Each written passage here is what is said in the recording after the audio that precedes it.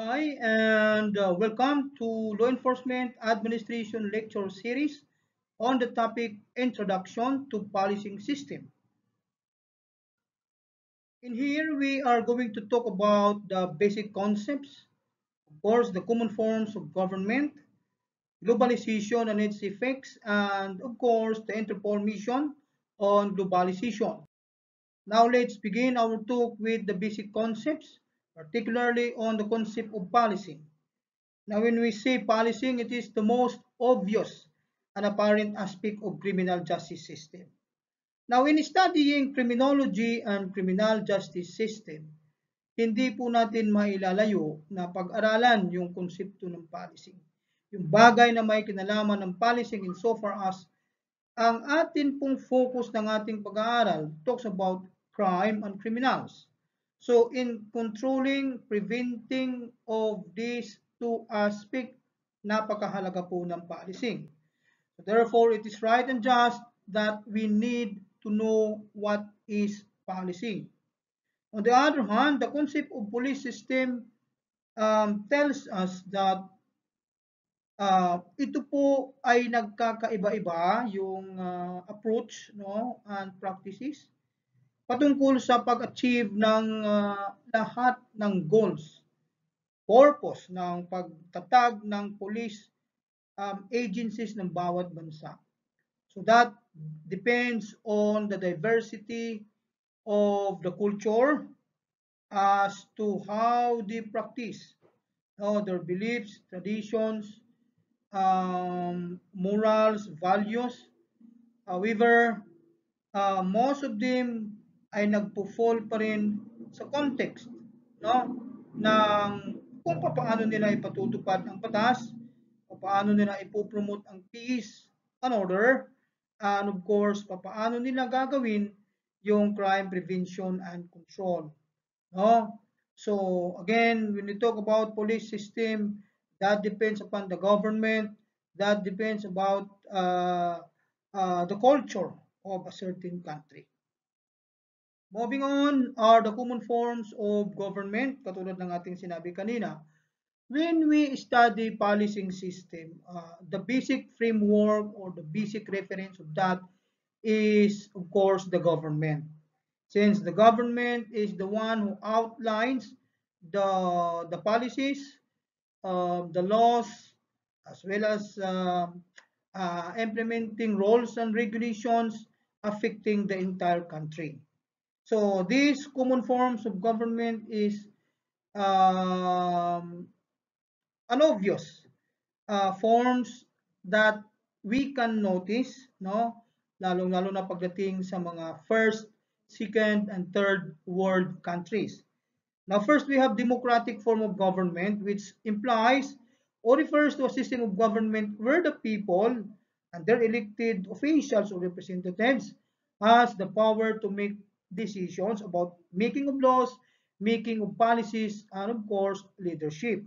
No? Bansa na mayroong practice of democratic form of government, obviously, makikita natin sa USA and the Philippines. So that means to say, kapag ang bansa mo ay taglay nito ang demokrasyang pamamahala, makikita mo na ang police system, including the exercise of police power on the part of our police agencies and police personnel, is derived from the Constitution. No? Derived from what is provided under the laws and its implementing rules and regulations. And that the applause or the efficiency of the outcome of the work of the police, including the demands of their services, was derived from the demands or applause of their people. No? So, ganun po ang demokrasyang sistema ng pamamahala as it also affects or intervenes with the so-called policing and police agencies. Pumapangalawa dyan yung tinatawag nating monarchy. Ang monarchy naman is a form of government where a single person, which is the monarch, the king, the queen, at kung sino pang single person, no, na nasi-single point natin, nasi-single out natin as the source of authority. Just like, for example, in the country of UK, KSA, and Kingdom of Saudi Arabia, the United Kingdom, and so with the France, mga bansa at nagkakaisang mga bansa na taglay ang tinatawag na monarchical form of government. So dito sa ganitong uri ng pamamahala, makikita natin na ang policing system nila is nanggagaling ang authority sa isang tao, which is the king, the ruler. And that yung kanilang police system, including their police agencies, ay nahahati obviously sa dalawa. Sapagkat ang dalawang police agencies nila, namely yung tinatawag nating Royal Police and then Community Police. Sinabi natin Royal Police, ang kanilang authority, ang kanilang services is given only to the royal family, including those which is affiliated with the royal family, and that their services and efficiency is dependent upon the approval or applause of those they are rendering their services. On the other hand, yung pong pangalawang police agency nila or police system nila na tinatawag na community police, their services and their efficiency is dependent upon the demands of the ordinary people. So, yan po yung dalawang practice ng police system ng meron sa isang monarchical form of government.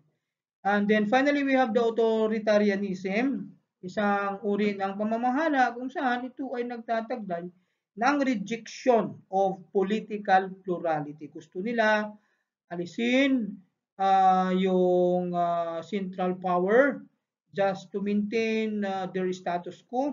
Gusto nilang ma-reduce yung separation of powers, civil liberties, at iba pang mga kahalintulad na kaganapan. Sapagkat gusto nila na ang kanilang pamamahala is derived from one single agency.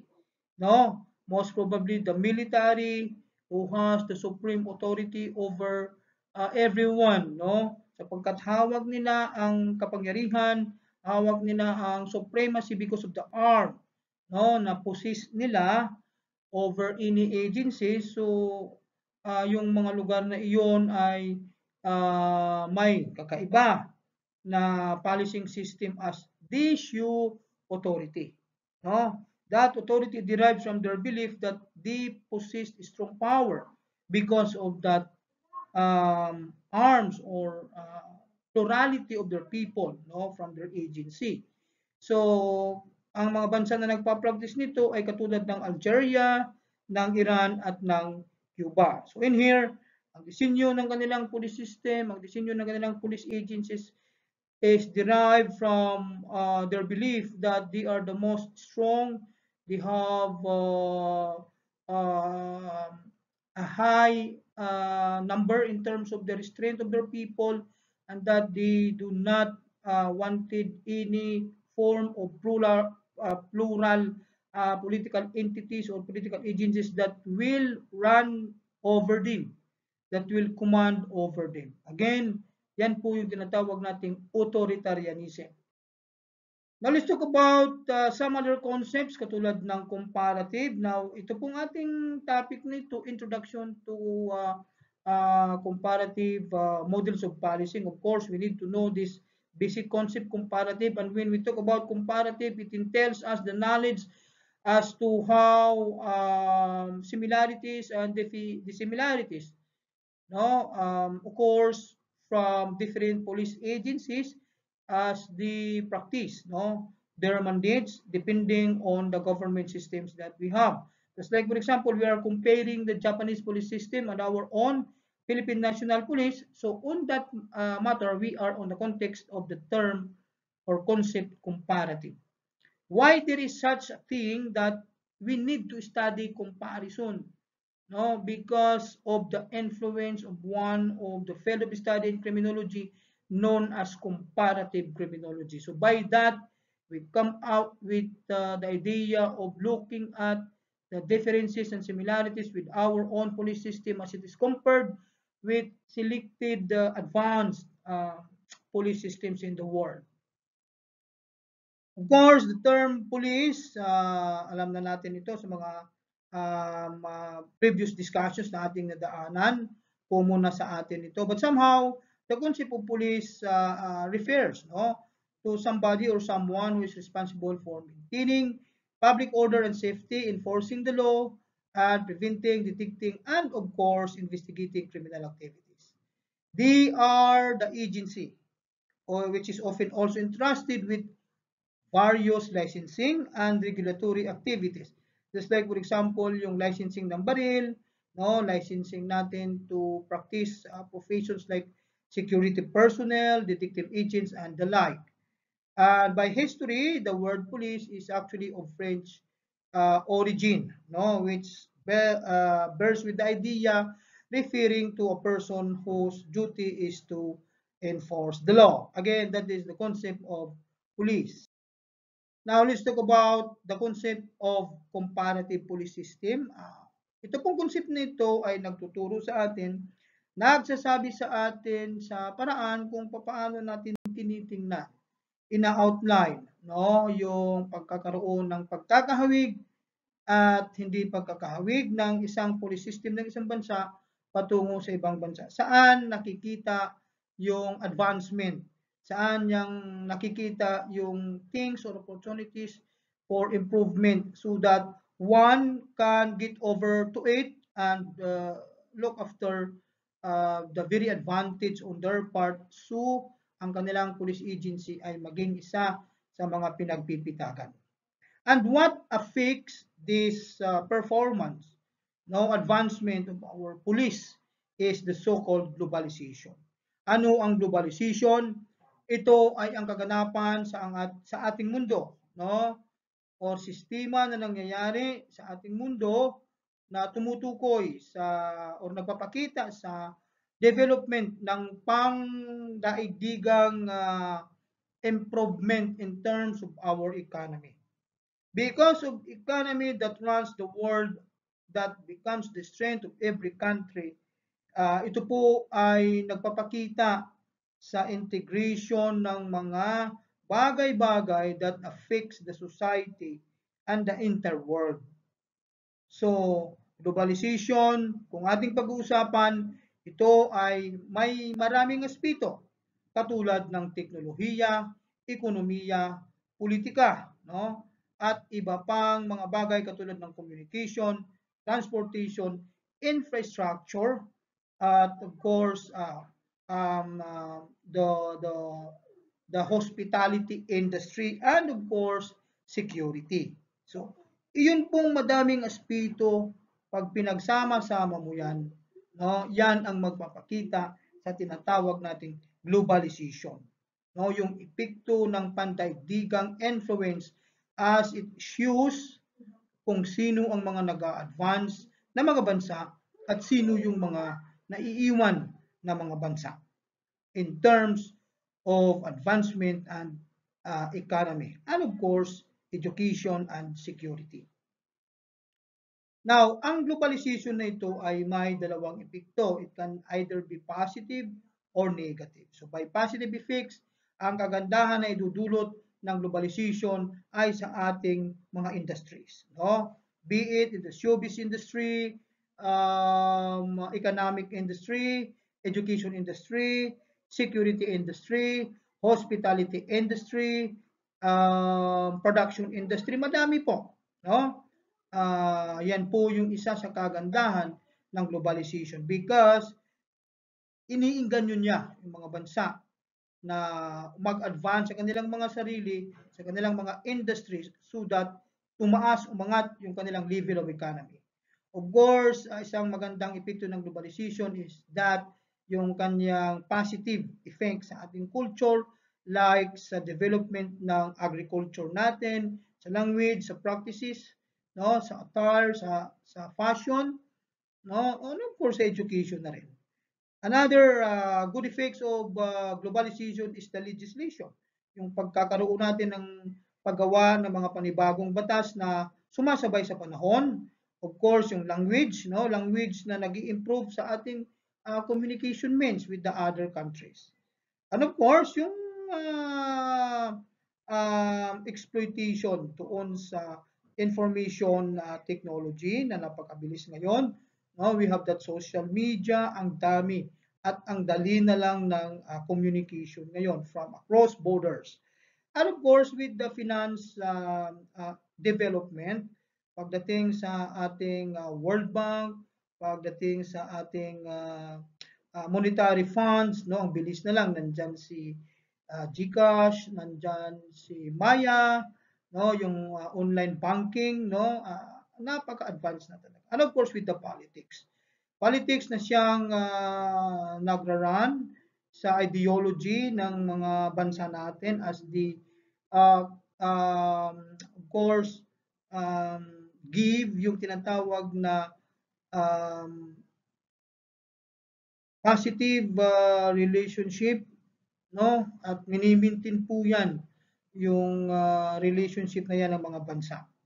On the other hand, meron naman tayong tinatawag na negative effects katulad ng pagkakadevelop ng madaming uri ng crimes like the white-collar crimes and labor exploitation sa mga mahihina nating kababayan, yung pagkakaroon ng job insecurity, gawa nung nandyan na nga yung mga robotics, ginagamit na natin, no? International crimes like human trafficking, yung epekto ng mga offshore gaming operations, of course, the world terrorism, the cyber crimes and drug trafficking, nandyan yung human rights violations, the bad effects of foreign culture, of course, yung deadly disease na yan, katulad ng pandemic na kararaan lang, no? And then of course, the price increase on commodities dahil sa pag-angat ng ekonomiya. And of course, yung pagmahal ng mga presyo ng mga pangunahing pangangailangan ng tao. And then of course, the local industries natin was taken over by foreign influence. So yun po yung mga negative naman na nakapag-iiwan ng epekto sa atin. Now, talking about the Interpol, Interpol ang atin pong tinatawag na International Police Organization na siyang nagsisilbing arm ng buong mundo, no, as all the member countries, which is 190 na ngayon. These 190 member countries are helping hand in hand in order to combat the negative effects of globalization, particularly on the aspect of crime prevention. And that yun pong transnational organized crime na siyang commonly nagiging bottom line ng lahat ng mga bad effects ng globalization. Yan naman po yung kinukumbat, kinakounter ni Interpol. And that Interpol became the central repository for professional and technical expertise for all the efforts made by these 190 countries to combat these transnational organized crimes as it affects the internal peace, the security of every nation. So that ends our discussion. I hope that you have been reached with the necessary knowledge that you need from this topic on the introduction to comparative police system. Thank you.